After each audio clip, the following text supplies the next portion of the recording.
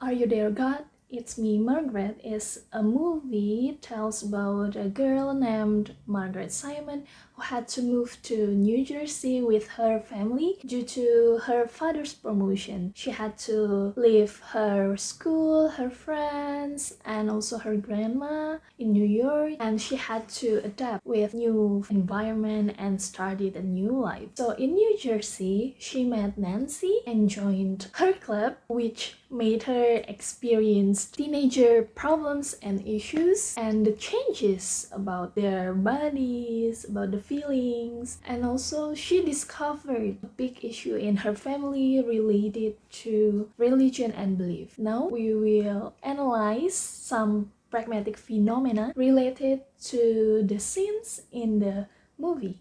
Before that, let's meet our group members. Hello everyone, my name is Apta. And hello everyone, my name is Farah. Hi, my name is Melvina Gabriella. Hi, my name is Inoi. We watched a movie called Are You There, God? It's Me, Margaret. In this scene, Margaret has just returned from her summer camp and her father asked, "So, how was camp?" And Margaret answered, "It was amazing." Well, Margaret's answer has fulfilled all the maxims: quality, quantity, relevance, and manner, because the information given is just enough. It's not too long, not too short. And then she answered honestly and clearly, and also it is relevant to the question. Well, it's a bit different from the previous scene. In this scene, Margaret asked her parents, "What are those boxes for?" And they answered with, "Don't worry about it." Their answers violate all maxims since it is not relevant to the questions and they're not being honest with it, and then the information given it's not enough. Okay, so in this scan, we found that Margaret was asking questions towards Nancy. What is wrong? What was going on? And Nancy answered that to get her mom, go get my mom. Even though like Margaret asking her again, Nancy kept answering that, go get my mom. She kept emphasizing that. So can be seen that the answer that Nancy gave towards Margaret wasn't able to give a clear answer based on the quality, quantity, manner, and also relevance. So can be concluded that Nancy has violated the maxim. The next example is from the scene when Nancy asked Margaret to come over and play in her house. But Margaret answered, I don't know. The answer is actually violating all the maxims of conversation because she answered it unclearly, indirectly, and do not really answering the question whether she wanted to go or not. Okay, now let's move on to the maxims of conversation. In this scene, we can see that Margaret's grandma is asking Margaret about New Jersey. Margaret answers her grandma briefly, relevant, clearly, and truthfully. The scene shows us that Margaret follows all of the maxims: quality, quantity, manner, and also relevance. Now let's jump to the implicature. The first implicature we found in this movie is this scene. In this scene, we can see that Margaret didn't want to move out from New York, but instead of saying she doesn't want to move, she said that they are happy there and they don't need to move from New York. What Margaret says is included in implicature because she didn't say her real intention. This picture is captured when Nancy lent her bathing suit to Margaret and asked her to change. So it pictures how sassy and judgmental Nancy was toward Margaret by saying, I thought you'd be a lot more grown up. So this judgment implicitly says that Margaret was still younger compared to Nancy in terms of physical appearance, although Margaret was from New York. So the statement is another example of implicature. In this scene, Margaret is trying on a bra, and her mom asks, "How's that feel?"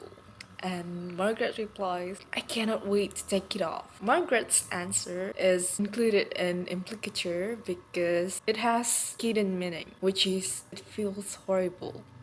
Okay, so in this scene, Nancy was giving a bathing suit to Margaret, and Margaret asked, where shall I change? And Nancy answered with, what is wrong with her? So we would like to try by analyzing the question which being asked by Margaret. There's a chance that a hidden meaning being implied in this question. Maybe that Margaret wasn't able to feel comfortable in the room, or maybe that she was trying to find a bathroom to change into the bathing suit.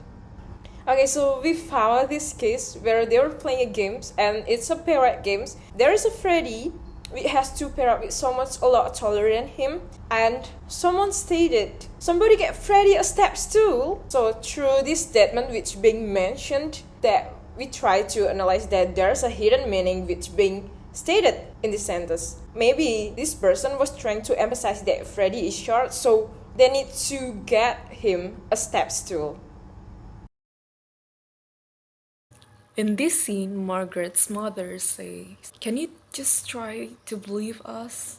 And in this part, Margaret's mother applies an indirect speech act because although the form is an interrogative sentence, she does not ask Margaret's ability to believe her parents, but rather she requests Margaret to believe her parents. Next one from the speech acts. Let's see this scene. In this scene, we can see that Nancy asks Margaret, "Have you ever kissed a boy?" And Nancy asks Margaret directly in interrogative form and direct literal. That's why this scene is included in direct speech act. This scene is taking place in a classroom where Mr. Benedict comes and starts to introducing himself. After Mr. Benedict introducing himself, he requests something to the students by saying, "Please complete these following sentences." As we can see that this form is classified into imperative, and we can see that Mr. Benedict directly asking the students to do the task. So can be concluded that this speech or the sentence which has been said by the Mr. Benedict is classified into a direct and literal.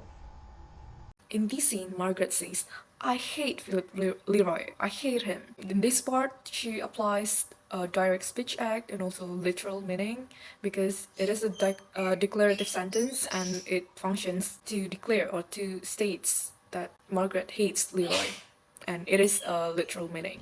This is a moment when Margaret told her mother about Nancy who came over and asked her to play. So these sentences show indirect speech acts in a declarative form that's supposed to show or to state Margaret's condition, but indirectly asked or show that Margaret asked for permission to go outside.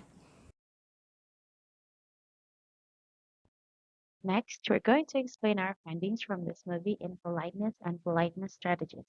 In this scene, we can see that a stranger is saying, "Lady, you can't stop in the middle of the street," and telling other people to move. The scene is considered in bold on record FTA positive phase because the stranger directly mentioned his opinion about the parking positions without considering the hearer's face being threatened. In this scene, Margaret says, "Mrs. Wheeler, Nancy's crying. She needs you."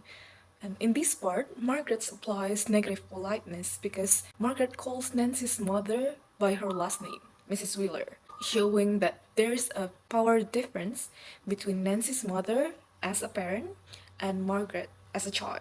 Okay, so we found another case, and in this case, Margaret is about to move to New Jersey, and she was like, "We're leaving New York."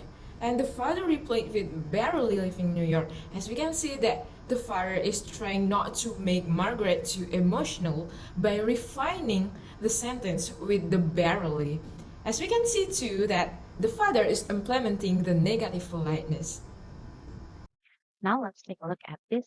In this scene, we can see that Jan, Nancy's mother, called Margaret's mom with her first name to show solidarity and close. This is included in the positive politeness with negative face. Another example is from the scene when Margaret's teacher suggested her to use religion as the topic for the final project. So the teacher uses negative politeness strategy for his suggestion because he realized that religion is a sensitive thing and could make Margaret feel offended. The last example of politeness is from the scene when Jen, Nancy's mother, came to Barbara's house and picked stars up. So she complimented how good the stars made by Barbara's work and then asked her to do another thing. So this example indicates or shows positive politeness strategy because Jane asked her by complimenting her work, Barbara's work previously, and then asked her, so she chose the closeness between them two. Okay, so that's all from our group. I hope our explanation, our analysis, and also our example will provide you a new knowledge that we get from Nancy and Margaret. And once again, thank you for watching. We hope that you guys have a great day and also enjoy the semester break. See you!